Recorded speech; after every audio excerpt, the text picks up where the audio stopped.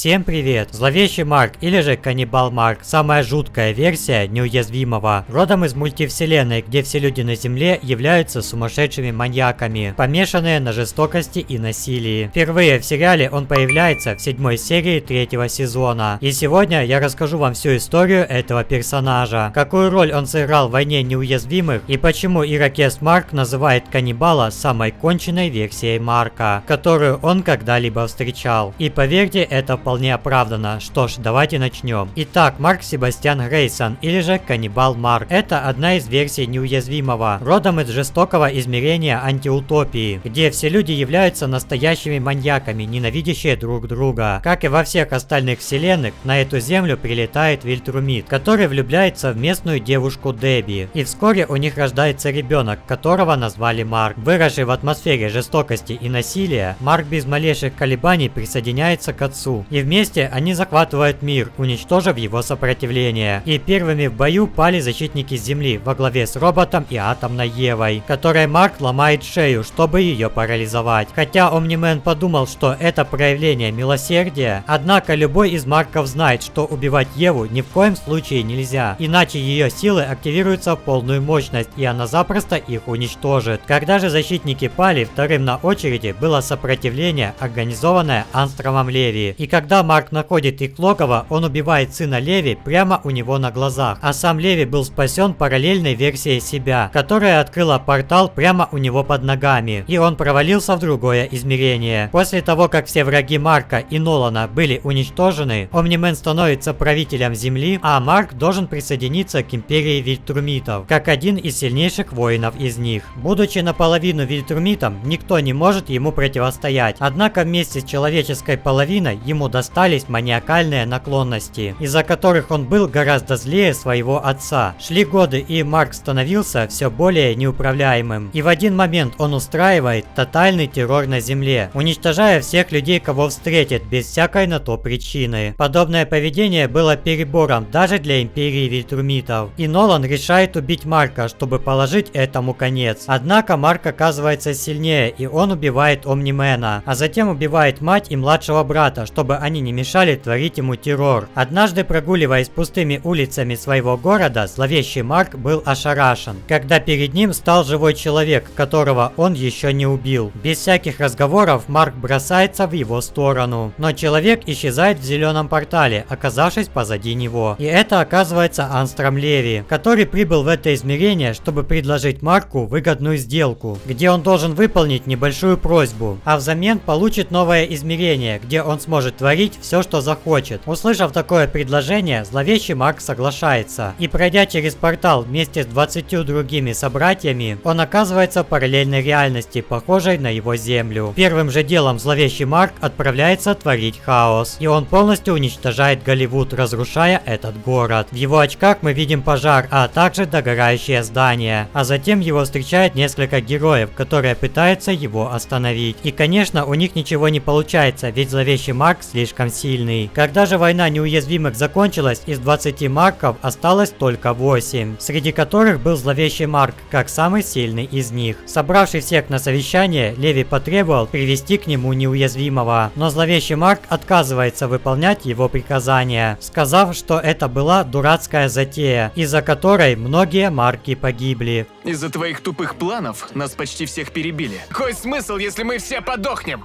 Как же вы все меня бесите! Ирокез Марк возразил, что все равно они были слабаками, и что он сам бы их убил, если бы это не сделали другие. Однако он согласен, что Леви должен сдержать свое слово и отдать им новое измерение, и что они будут пытать его до тех пор, пока он не выполнит часть своего уговора. Разумеется, что Леви не стал ждать, пока ему снова оторвут голову, и он отправляет их в пустое измерение, где абсолютно нет ничего. И хотя в сериале мы не знаем, что же с ними там случилось, однако в комиксах есть продолжение, и мы можем это узнать. В общем, попав в пустыню, Марки осознают, что здесь абсолютно нечего есть. И зловещий Марк предлагает заняться каннибализмом, где победитель получает ужин, а проигравший становится едой для всех. Через 2 года в живых осталось всего лишь 2 Марка, среди которых был сам зловещий Марк, а также Ирокез Марк, который просто скрывался от этого психопата. Когда Леви отправил неуязвимого в пустынное измерение, там он встретил каннибала каннибала Марка, поедающего остатки своих собратьев. К этому моменту его психика была окончательно разрушена, и обернувшись назад, каннибал Марк подумал, что перед ним стоит мираж. Ведь он уже сожрал всех остальных Марков, и на земле никого не осталось. Когда же зловещий Марк осознал, что неуязвимый перед ним настоящий, он бросился в его сторону, чтобы его сожрать. И даже несмотря на то, что зловещий Марк провел целых 2 года в пустыне, он все равно был гораздо сильнее неуязвимого и запросто его догнал. Ухватившись руками за его ногу, он попытался ее откусить, а затем бросил неуязвимого на землю, чтобы приступить к ужину. Когда казалось бы, что неуязвимому уже конец, в этот момент появляется Ирокез Марк. И вместе они побеждают каннибала, забив его кулаками. После драки Ирокез Марк рассказывает обо всем, что с ним случилось. Что выжившие Марки оказались в пустом измерении, где абсолютно нечего есть. И что зловещий Марк предложил заняться каннибализмом, где проигравший становится едой, а победитель получает ужин. Выжившим Маркам это не понравилось, и они пытались толпой его победить. Но он оказался слишком сильный, и поэтому всех сожрал. Выжить сумел только Ирокез Марк, который тупо быстрее летал. И все это время он прятался в пустыне, чтобы спасти свою жизнь. Ирокез Марк называет каннибала самой конченной версией Марка, которых он когда-либо встречал. И что после этой встречи он больше не хочет быть злым, потому что все это выглядит ненормально. Когда разговор был закончен, снова открывается зеленый портал Леви, и оба Марка возвращаются в нормальное измерение, где Леви говорит, что раскаивается о своем поступке, и он предлагает Ирокезу Марку отправиться в хорошее измерение, где будет жива вся его семья, и он сможет начать новую жизнь. Однако Ирокез Марк отказывается, потому что хочет отомстить, и он хватает Леви руками, и они вместе падают в портал. Хотя нет никаких гарантий, что зловещий Марк умер, но Леви запер самого опасного психопата в пустынном измерении, чем спас целый мир. Учитывая, насколько он сильный, возможно, что он еще вернется, когда портал будет открыт, и тогда он сожрет всех, кто стоит у него на пути. На этом заканчивается история самого злого Марка из всех мультивселенных, который убил своего отца просто потому, что был полным психопатом, а затем скатился до каннибализма, хотя вроде как Маркам вообще не нужно есть. В описании к этому персонажу говорится, что он сожалеет о смерти своей семьи. Однако я сомневаюсь, что это так, и мне кажется, что он ни о чем не сожалеет. Что ж, а на этом мы будем заканчивать. Всем спасибо за просмотр, до скорой встречи и пока.